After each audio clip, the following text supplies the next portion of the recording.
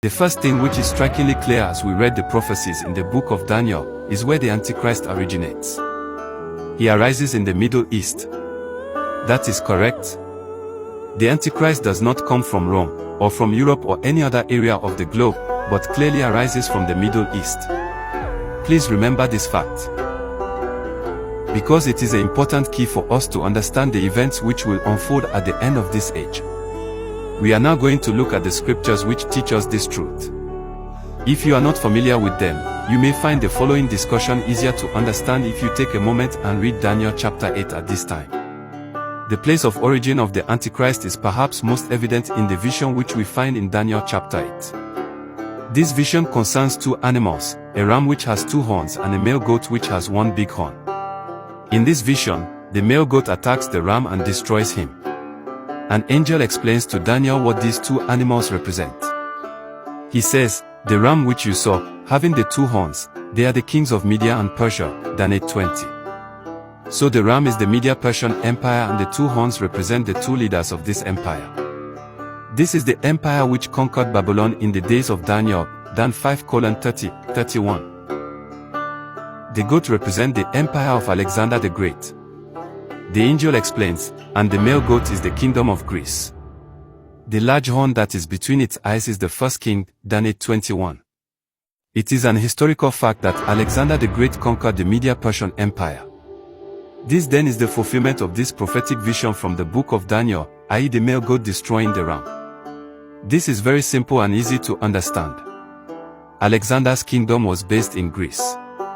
From Greece, his kingdom spread east, through what today is known as Turkey, Iraq, Iran, Afghanistan, all the way to India.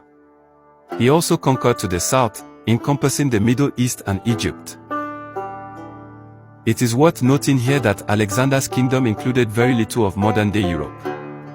The extent of Alexander's empire can be seen. Later in this vision it is revealed what would happen to Alexander. He established a tremendous empire, stretching from Greece to India and down to Egypt, but then what happens? We see in the prophecy that the large horn on the goat, representing Alexander, is broken. This occurs after he becomes very great and strong, Daniel 8:8.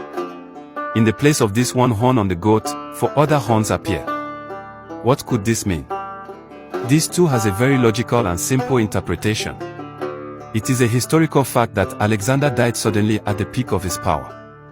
How he died is still debated. Whether it was in a drunken fit or from some accident or poison is not certain.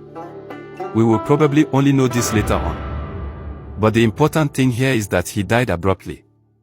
After his death, his empire was divided among four of his generals. This too the Bible predicts by saying, the large horn was broken, and in place of it four notable ones, horns, came up towards the four winds of heaven, Daniel 8:8. The four horns here represent these four new leaders. So we are informed by Daniel's prophecy of some events which now have become history. Let us take a minute and do a brief summary. First we are told about the Media-Persian Empire, the ram. Then we are shown that it will be destroyed by Alexander the leader of Greece, the male goat. Next, we are told that Alexander would die suddenly and his kingdom would be divided into four parts which we now know were led by four of his generals. Why does this ancient history matter to us?